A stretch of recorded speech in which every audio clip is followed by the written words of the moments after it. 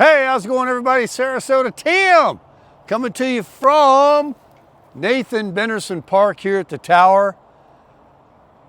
Cowboy Tim called me this morning. He said, it's getting cold out west. Bring your long johns, bring your hat, bring your jeans. And I said, I know all about it.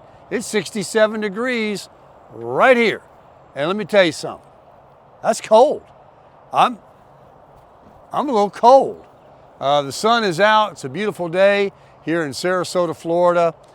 Soon to be leaving in a few days, doing a little more prep work.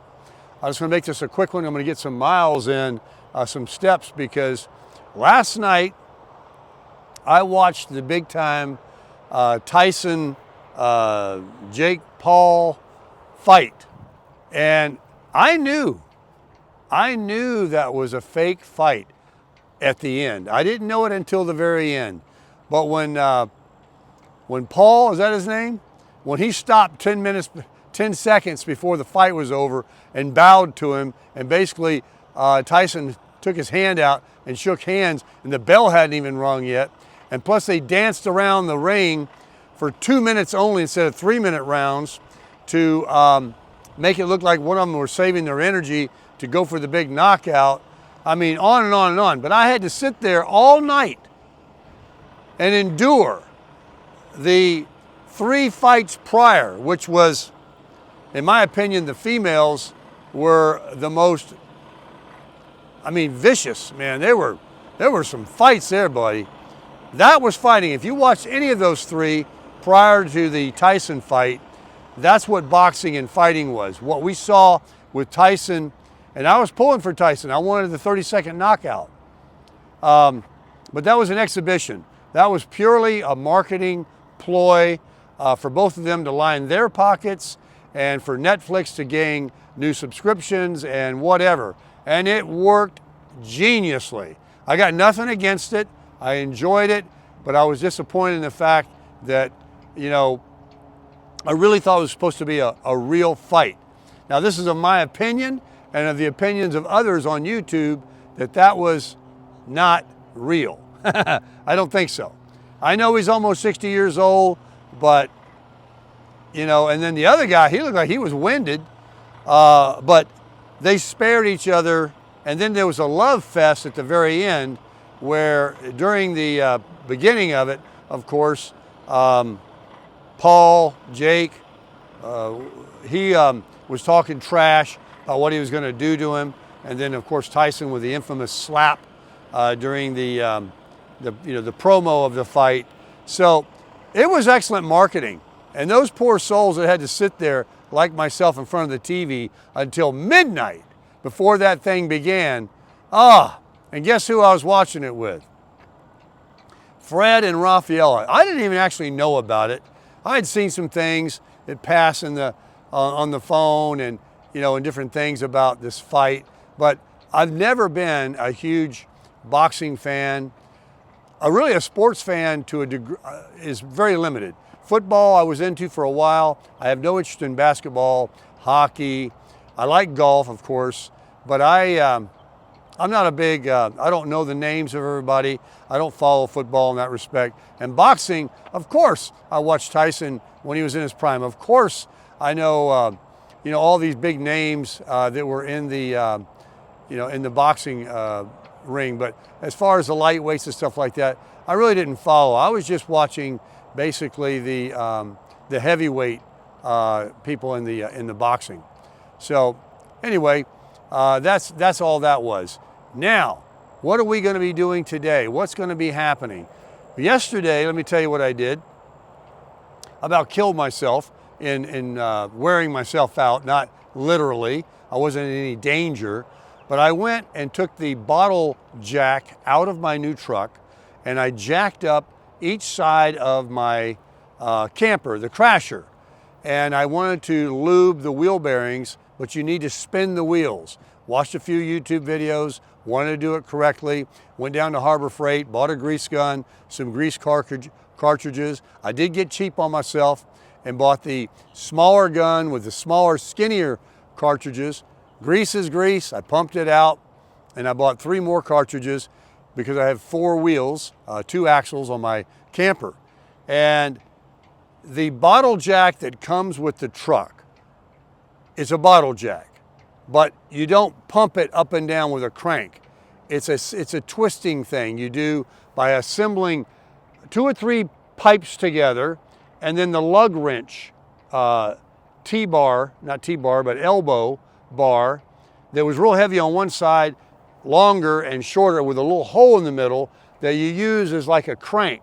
Now I'm down on the ground underneath my slides, laying on a box that my fender well liners came in from Amazon that I broke down to give me a little pad on the ground. And I'm holding my head up. I mean, folks, let me tell you something about getting old. And Mike Tyson can agree.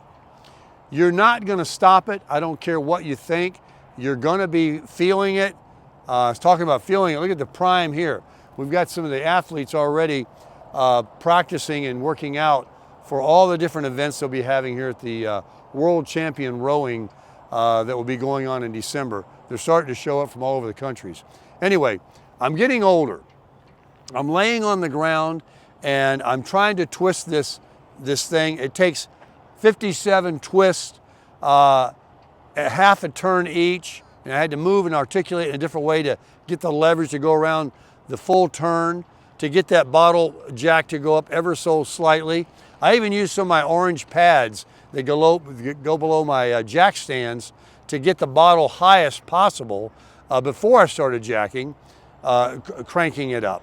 And let me tell you, the next day, the obliques, the legs, my glutes, I go to the gym, I do the arms, I do the triceps, the shoulders, the chest, and yeah, but there are muscles in your body that you won't even know you got until you do some basic natural exercise like hard work, like getting down on the darn ground and then getting yourself up multiple times, going around, picking up some tools, moving stuff around, getting down, putting the jack over there. Oh my gosh, it about killed me. And I feel it, and I feel it. But it's good. It's good, and maybe I'm waking up muscles that I didn't have that, I didn't know I had. And, but man, that's what happens. So don't tell me from 62 years old to 67, like we always talk about, that you don't absolutely take that roller coaster ride to the top and start going down. Yeah, going down, baby. You only got to go to 73, remember? My friend always makes he always jokes about it. Whenever he buys something, he goes, well, it's only got to last me 2 years because he's 71. So anyway, I'm going back to Harbor Freight. I'm going to buy a bottle jack to put in my truck for my trip with a crank. It's an 8-ton, 16,000-pound bottle jack. And that way, if I have to change a tire on my truck, I have no spare tire for my camper, but if I have to get a tire, if I get a flat, I'm gonna be able to go out there and crank it up like that, pull the lug nuts off, throw it in the back of my crusher, my 250, my F-250 truck, and I'll go somewhere and get myself a tire. They don't give you spare tires with campers. I could probably buy one, but I'm not. I was looking at the tread. The tread looks pretty good. It's definitely got enough on there to go across country one more time and back. But I'm wondering if I should put some more grease in. These videos I saw with the Easy Lube Dexter grease fittings, it shows guys pumping it in, turning the wheel at the same time, and the grease going to the back and then coming back forward. And literally, some of the videos I watched, tons of grease came out that they wiped off and literally repacked the entire wheel bearing with fresh grease. Basically, all I did yesterday was, I was so worried about people saying you're gonna blow out your rear seals. So I just kind of pumped slowly with that little minigun, and I spun the wheels after I about killed myself jacking my trailer up. And I got grease in there. There's grease in there, and these are a year old, and it's only been, 5,000 miles. It would be a lot if I say I've driven that many miles on these tires and wheel bearings. So I think I'm all right. But I am gonna buy that bottle jack this morning. It's only $30 because I will never scissor. I won't even use the one that's in that truck again. I will use my bottle jack with the crank pump, and I'll jack that baby right up. I could have had that job done so fast yesterday if it wasn't for that. I don't know if you ever had to do that, but the bar was hitting the bottom of the camper and the ground. And like I said, one side was longer than the other. One was heavier than the other. Almost hit my head every time. The scraping my arm as it went around. It was awful. All right, so today we're going to do that. I was thinking about putting some more grease in them and trying my bottle jack out, you know, and jacking that baby up. But what I want to do is I want to get the generator in the back of the truck. I want to see if it's going to fit. I want to get one of those tubs that I have. I have 2 or 3 of those big tubs that totes or whatever. There goes a bunch of rowers. Take a look at them. That one there's got like 6 or 8 people. I want to get one of those totes and put in tie down ropes and tie straps and other traveling things. I'm going to get my grill back there. I got my propane filled up. I'll make sure I got my extension hoses. I'm going to start packing, baby, packing. We're getting ready to go. And you know what? I got my long johns. I got my jeans. I've been on this diet, although it went bad last night because Miss Raffaella made up some chocolate chip cookies. We had coffee, and I ate sugar for the first time in a month and a half. I still haven't drank one soda or used sugar at all with that creamer stuff in my coffee in a month and a half. So I'm on it. Today I'm feeling guilty about that. I'm going to get these steps in, then I'm going to go lift, and that's also killing me. But I'm trying to really to get in shape because I'm in training, baby. I'm in training. I got to go 8 rounds, 2-minute rounds. And the fight's coming on. The fight's going to be Tuesday or Wednesday at the latest of departure, God willing. And hopefully the storm doesn't come into Florida and I have to deal with inclement weather or wind or torrential rain and whatever. And there's a partner of mine that's considering, we're actually have decided that's what we're going to do. But if we end up splitting apart because it's just not working out with following one another, we're absolutely going to try and follow each other all the way across the country. And how that works out and the logistics of that, I'm not sure. But each night we'll find a place to rendezvous, I'm sure, and enjoy a meal and times and conversation and have a good time. And we're in no hurry. So that's about it for this morning. It's 67 degrees here in Sarasota, the coldest day this year that I have felt, absolutely. And now it's time to get my crush on. I got to crush it. And I'm looking at those stairs over there. I got the LA Fitness over there. I got walking trails around here. I got so much in front of me. It's early. And I was even watching some YouTube videos this morning on getting a DA polisher to add some wax to that new truck of mine, to shine her up, to get her ready. Oh man, so many exciting things coming. I see the subscribers have bumped up a little bit.